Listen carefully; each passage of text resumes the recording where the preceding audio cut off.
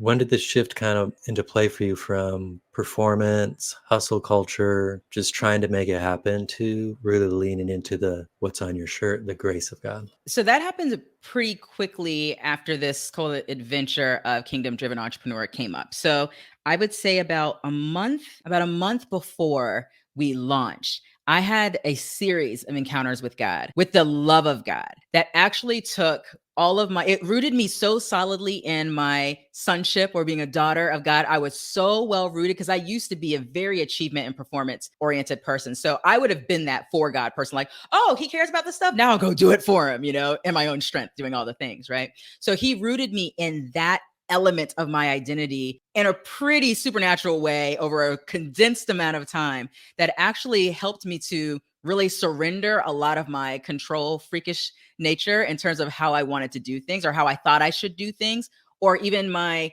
what easily could have turned into shame or condemnation for not getting something right. Like I easily could have fallen into that place. So God so solidly rooted me in that place that all the other adventures I had to take from there began to be a lot easier than they would have been without that, right?